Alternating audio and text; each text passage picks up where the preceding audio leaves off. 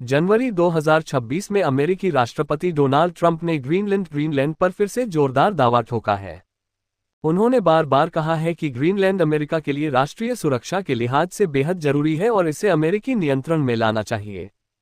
Trump का तर्क है कि आर्कटिक क्षेत्र में रूस और चीन की बढ़ती मौजूदगी को रोकने के लिए ग्रीनलैंड पर अमेरिकी कब्जा या मजबूत नियंत्रण आवश्यक है। उन्होंने यहां तक कहा कि अगर जरूरत पड़ी तो कठिन रास्ते भी अपनाए जा सकते हैं। हालांकि बाद में उन्होंने दावोस में सैन्य बल के इस्तेमाल से इनकार किया। ट्रंप ने डेनमार्क पर आरोप लगाया कि वह पिछले 20 सालों से नेटो की चेतावनियों को नजरअंदाज कर रहा है, जिससे रूसी खतरा बढ़ा है। उन्होंने उन नेटो देशों पर 10% से 25% तक टैरिफ लगाने की धमकी भी दी, जो ग्रीनलैंड पर उनके रुख का विरोध कर रहे हैं। ट्रंप की इन चेतावनियों और दबाव के बीच नेटो के यूरोपीय सदस्य देशों ने आर्कटिक में, खासकर ग्रीनलैंड के आसपास, अपनी सैन्य मौजूदगी बढ़ा दी है। डेनमार्क ने ग्रीनलैंड में अपनी सशस्त्र सेनाओं की गतिविधियां बढ़ाई हैं और नेटो सहयोगियों के साथ मिलकर ऑपरेशन आर्कटिक एंड्योरेंस नाम से एक संयुक्त सैन्य अभ्यास और मौजूदगी अभियान शुरू किया है। इसमें डेनमार्क के अलावा United kingdom, Sweden, Norway, France, Germany, Netherlands और फिनलैंड जैसे देशों ने छोटी छोटी टुकड़ियां ट्रूप्स भेजी हैं।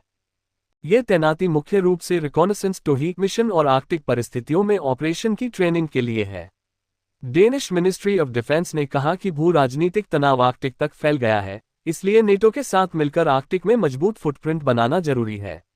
इसका मकसद आर्कटिक की अनोखी परिस्थितियों में ऑपरेशन क्षमता विकसित करना और ट्रांसएटलांटिक सुरक्षा को मजबूत करना है। ये कदम सीधे ट्रंप के दबाव का जवाब माना जा रहा है। यूरोपीय देश ग्रीनलैंड की संप्रभुता सॉवरेनिटी की रक्षा करना चाहते हैं, क्योंकि ग्रीनलैंड डेनमार्क का ऑटोनोमस टेरिटरी है और वहां के लोग अमेरिकी नियंत्रण नहीं चाहते।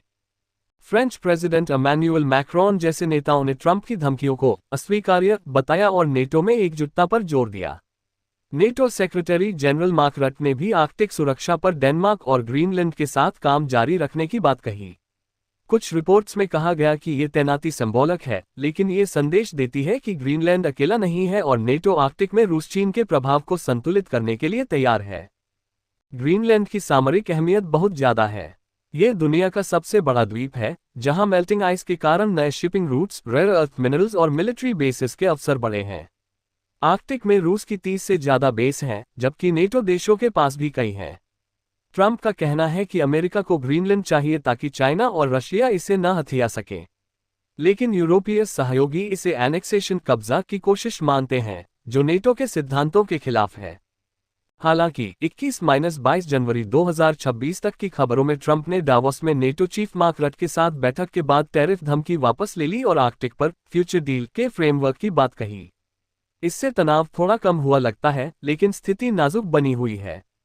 नेटो की ये बढ़ती मौजूदगी आर्कटिक में सुरक्षा मजबूत करने के साथ साथ ट्रंप के दबाव को बैलेंस करने की कोशिश है। ये घटनाक्रम ट्रांसएटलांटिक संबंधों में नया तनाव पैदा कर रहा है, जहां सुरक्षा और संप्रभुता के बीच संतुलन की चुनौती है।